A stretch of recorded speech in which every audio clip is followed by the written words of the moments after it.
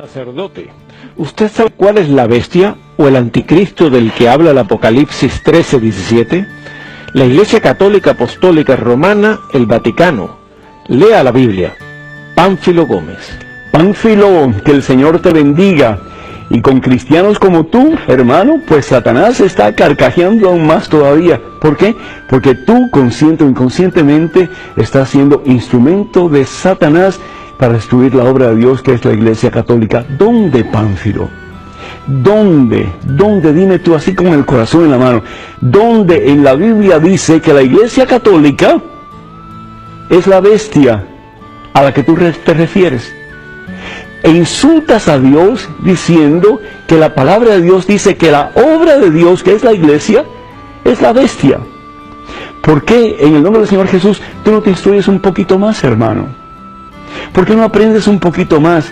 ¿Sabes? Lo que sale de tu boca es veneno. Y el veneno no es de Dios. Lo que sale de tu boca, perdóname tú, es una crítica destructiva. Y la crítica destructiva no es de Dios.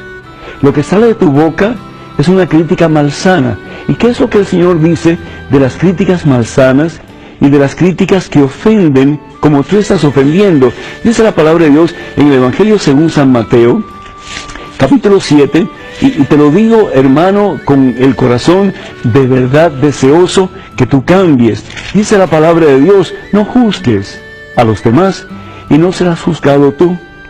Porque de la misma manera, Pánfilo, con que tú juzgas, así serás juzgado. Yo espero de verdad en el nombre del Señor Jesús que tu juicio final sea mucho menos severo que el juicio con que tú estás atacando y degradando la Iglesia Católica. Dice el Señor Jesús, ¿qué pasa? ¿Ves la pelusa en el ojo de tu hermano y no te das cuenta del tronco que hay en el tuyo? Hipócrita, sácate primero el tronco que tienes en tu ojo y así verás mejor para sacar la pelusa que hay en el ojo de tu hermano. Y esto sí que es palabra de Dios, y esto sí que está en el Evangelio de nuestro Señor Jesucristo. Lo que tú acabas de decir es realmente veneno, es incorrecto, es una frase que diría un ignorante de la palabra de Dios, y perdóname, pero esa persona eres tú. Yo quiero decirte que la palabra de Dios, en los Hechos Apóstoles, capítulo 9, si tú has leído la Biblia, poquito, ¿sí? Te das cuenta que hubo un hombre que se llamaba Saulo de Tarso.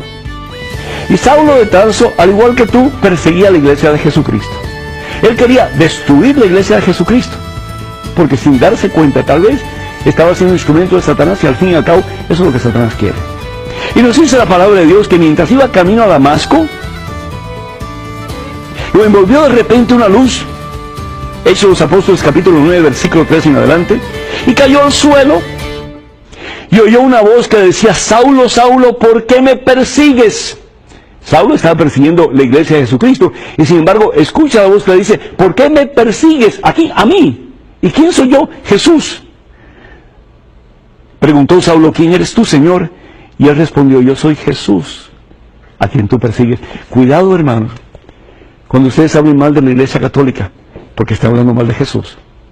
Cuidado, hermanos, cuando cualquiera de ustedes tenga la osadía de difamar la iglesia de Jesucristo, porque al fin y al cabo están difamando al mismo Jesús. La obra mía es parte de mi ser. Y cuando a mí me critican la obra, intencionalmente, en forma maliciosa, me están lastimando a mí. Saulo, Saulo, Pánfilo, Pánfilo, ¿por qué me persigues? O estás en el camino de Dios, o estás en el camino de Satanás, o estás siguiendo las enseñanzas de Jesucristo a través de su iglesia y de la Santa Biblia, o estás dejándote llevar por las corrientes del mundo que al fin y al cabo nos llevan al error. Y así lo dice San Pablo en su carta a los Efesios, en el capítulo 4, si ustedes tienen sus Biblias, yo los invito para que ustedes las abran. Dice, tenemos que crecer en el conocimiento de Jesús. Tenemos que acercarnos a la iglesia de Jesús.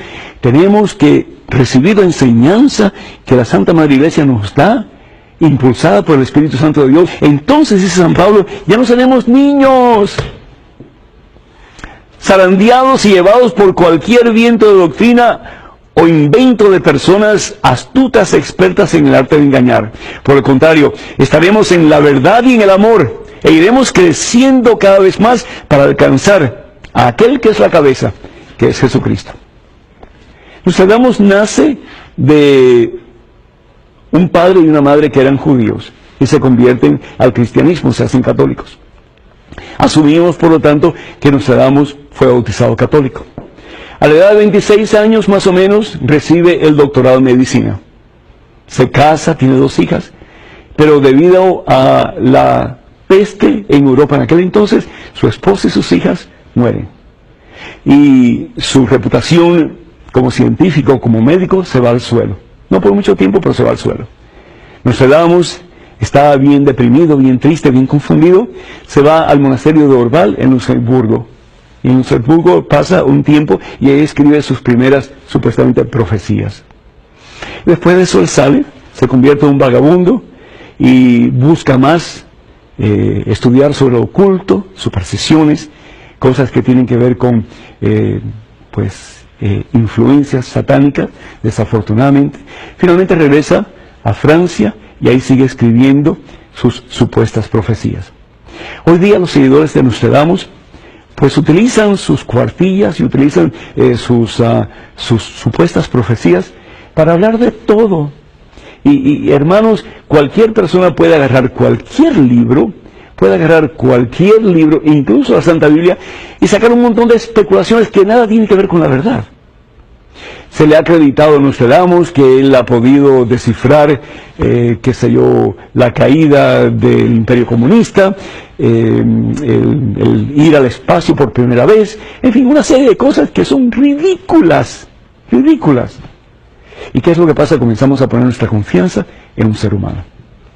Y eso es lo que quiere Satanás.